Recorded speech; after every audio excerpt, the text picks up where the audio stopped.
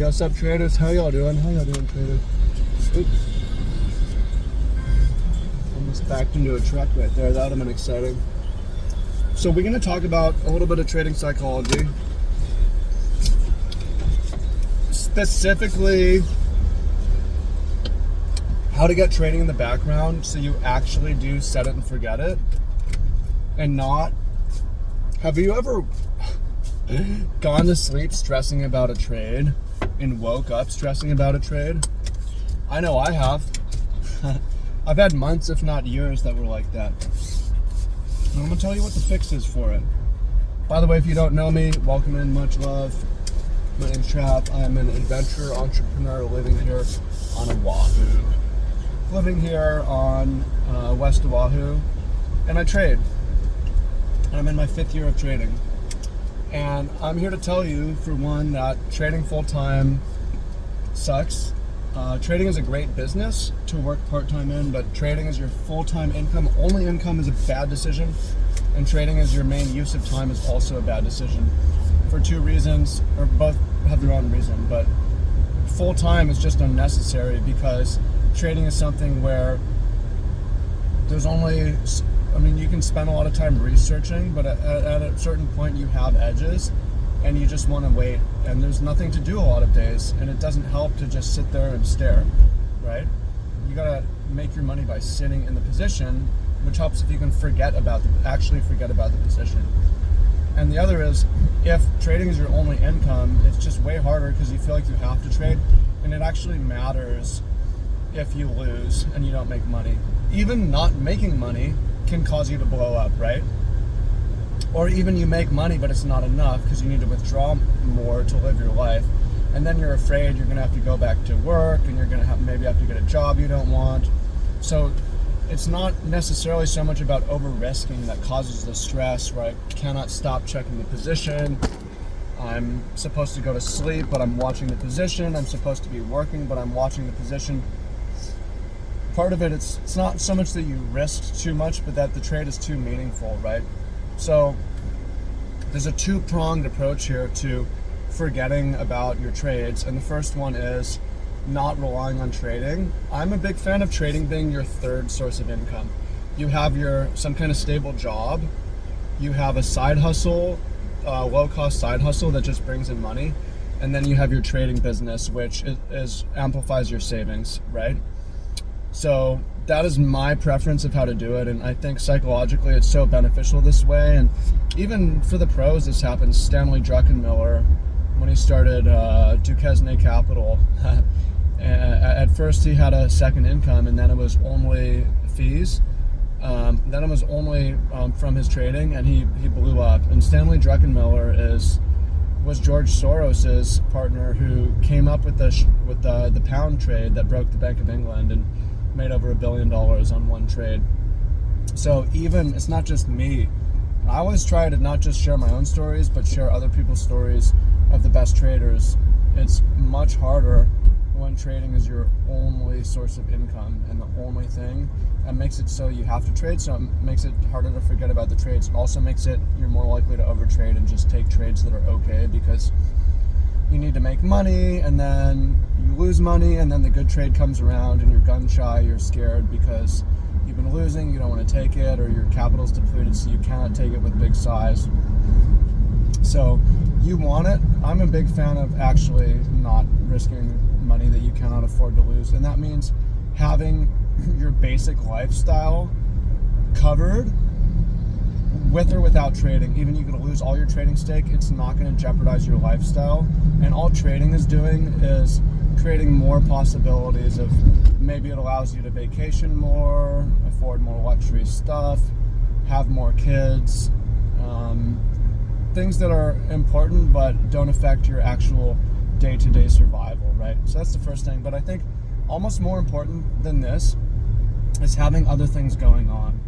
I know that when I was really waking up stressed over trades, or waking up going to sleep stressed over trades, a lot of it was because I just didn't have enough going on and I was bored, and I'm fishing for dopamine and fishing to feel something.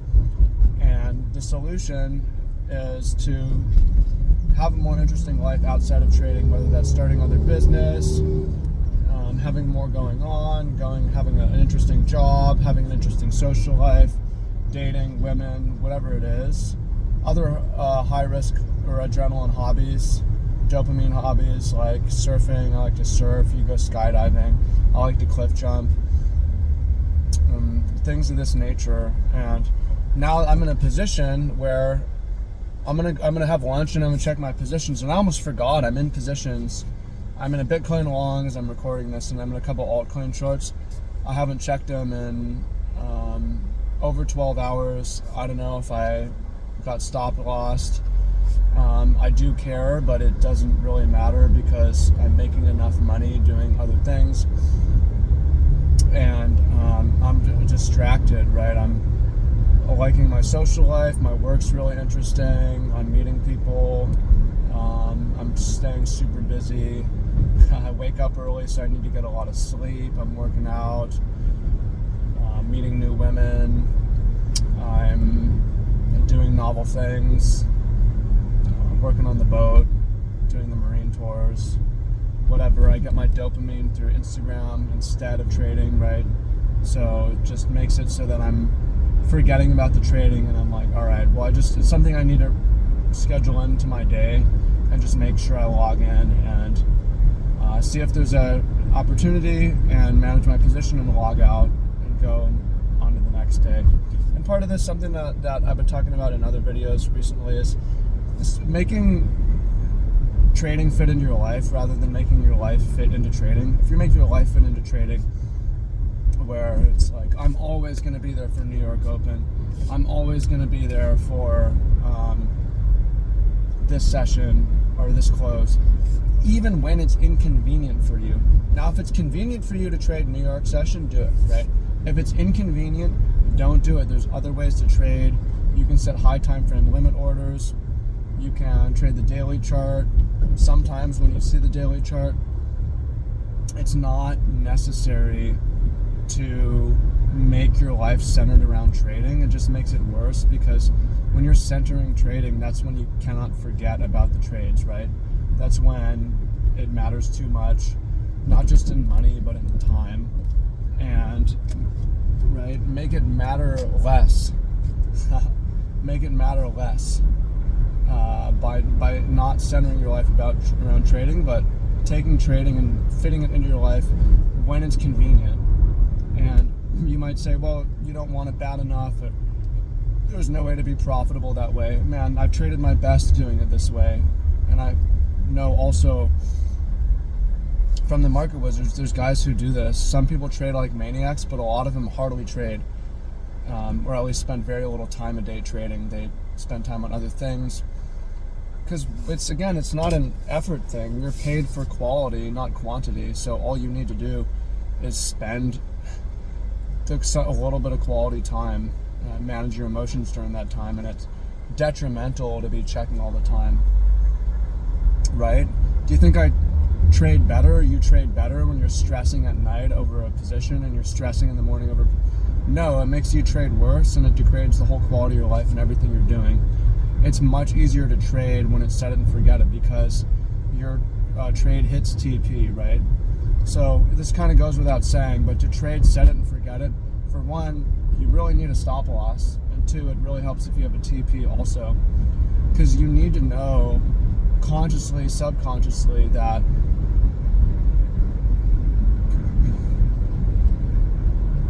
you need to know that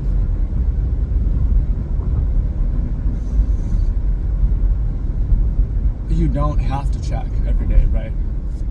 If you actually are trading, like if you have no stop loss, it's a disaster to not check. You have to, right? You're gonna feel it in your body that this isn't good, right?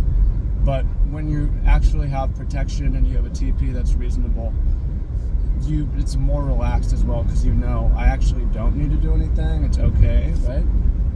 So that's something that's practically important too. But that's just the way I think trading should feel and can feel. It doesn't need to be a struggle. It doesn't even need to be stressful. I think if trading is very stressful, it's just such a red flag for problems in life. beyond trading. And yeah, because there's so many unstressful ways to make money. Why subject yourself to the stress that's optional, right?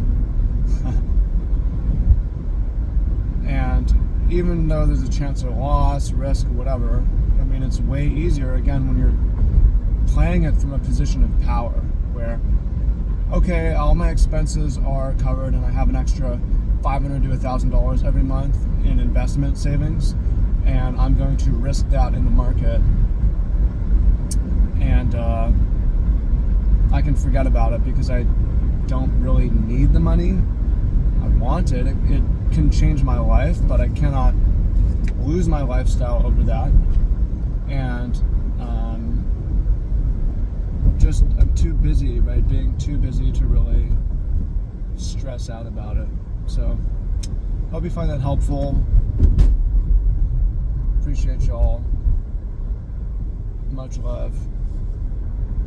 And keep doing your thing, traders. Keep doing your thing.